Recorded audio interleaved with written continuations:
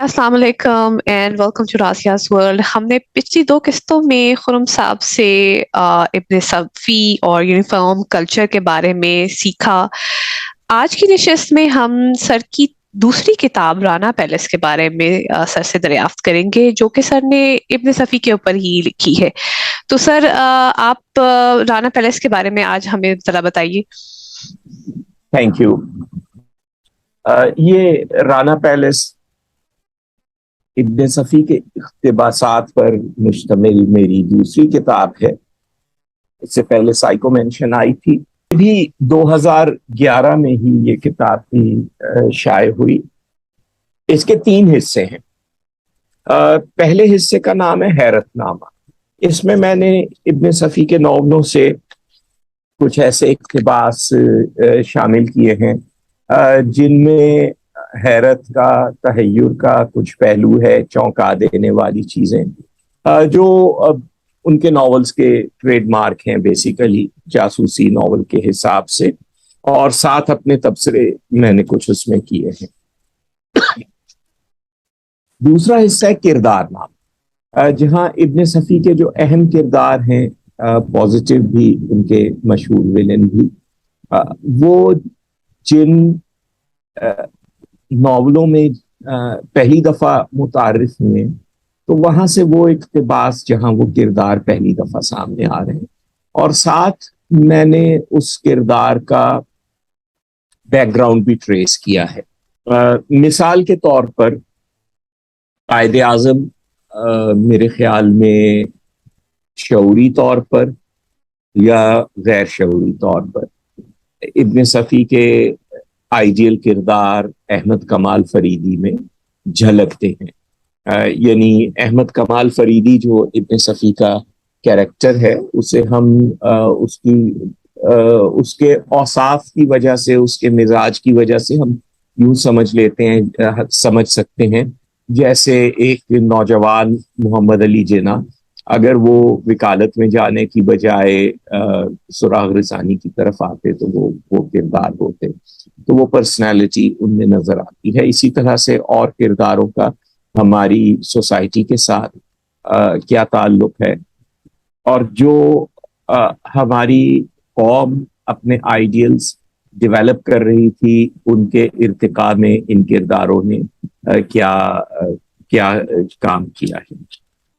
تیسرا حصہ اس کا ہے سیاحت نامہ. سیاحت نامہ میں وہ اقتباسات شامل ہیں جہاں ابن صفی کے کردار باہر کے کسی ملک میں گئے ہیں، اور یہاں پر میں نے ہر اقتباس سے پہلے تعارفی جو چیزیں لکھی ہیں ان میں نے یہ دکھایا ہے کہ ابن صفی نے اس ملک کے بارے میں جن حالات سے وہ 20ویں صدی میں گزرا تھا، بڑی اچھی طرح اس کی عکاسی کی ہے. یعنی ابن صفی کے یہ ناولز جن میں ان کے کردار کسی باہر کے ملک میں گئے ہیں، ہمیں اس ملک کو سمجھنے میں مدد بھی کر سکتے ہیں، اور اس ملک کے بارے میں کچھ ایسی انسائٹس ہمیں دیتے ہیں جو شاید ان ممالک کے اپنے لوگوں کے لیے بھی بڑی اہم ہوں، اور وہ ہم ان سے بھی شیئر کر سکتے ہیں. تو یہ رانا پیلس کا ایک مختصر تعارف ہے. جی سر، بہت خوب. آپ نے اسی سلسلے کی ایک اور کتاب دانش منزل بھی لکھی ہے، جس کے بارے میں ہم اسی سیشن میں ایک چھوٹی سی گفتگو آپ سے لے لیتے ہیں. تو سر، دانش منزل کے بارے میں بھی ہمیں آپ مزید تفصیل بتائیے.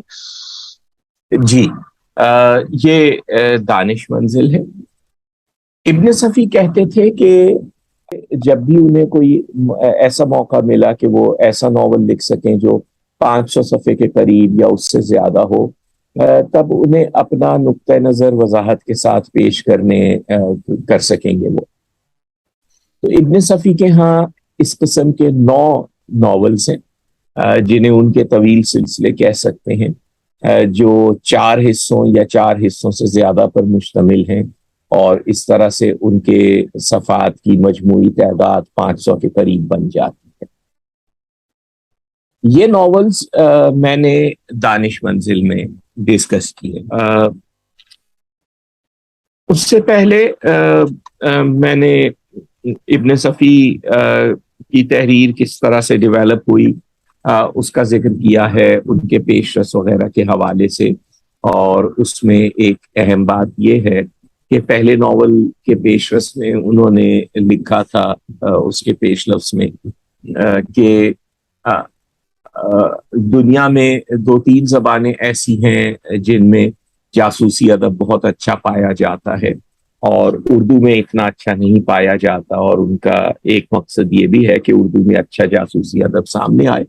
اور 24ویں-25ویں ناول تک وہ یہ لکھ رہے تھے کہ اب انہوں نے جو ناول پیش کیے ہیں ویسے جاسوسی ناول دنیا کی کسی اور زبان میں بھی، انگریزی میں بھی نہیں ہے، اور یہ جاسوسی ادب کے معاملے میں اب اردو زبان ان کے ناولوں کی وجہ سے انگریزی کو بھی پیچھے چھوڑ گئی ہے۔ تو یہ آپ کو ایک اچیومنٹ اردو زبان کے لیے بھی نظر آتی ہے، اور میرا اپنا خیال یہ ہے کہ چونکہ یہ انہوں نے اچیو کر لیا تھا، لہٰذا اس کے بعد ان کی توجہ اس طرف ہوئی کہ اب جاسوسی ناول کے علاوہ بھی جاسوسی ناولوں میں ہی وہ اب ایسی چیزیں بھی سامنے لائیں جن کی بنیاد پر وہ کہہ سکیں کہ اب صرف جاسوسی ناولوں کے میدان میں نہیں بلکہ اوور آل فکشن کے میدان میں یہ ناولز جو ہیں یہ دنیا کی دوسری زبانوں کے فکشن کو پیچھے چھوڑ گئے ہیں، اور یہ کام انہوں نے خاص طور پر اپنے 9 طویل سلسلوں میں کیا۔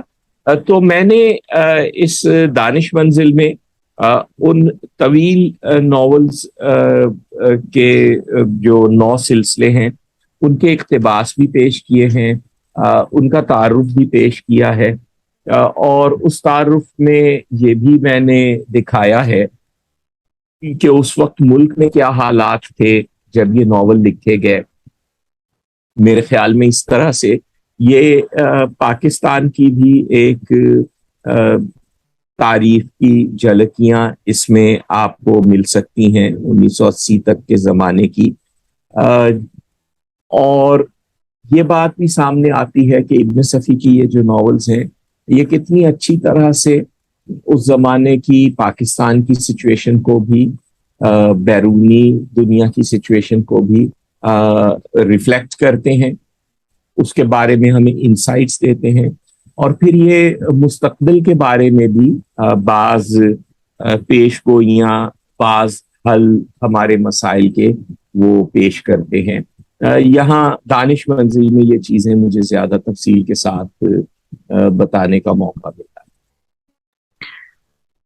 جی سر، دانش منزل تو میں نے آپ کی پڑھی ہے، اور آپ بالکل ٹھیک کہہ رہے ہیں کہ یہ اسی قسم کی چیزیں اس میں سامنے آتی ہیں۔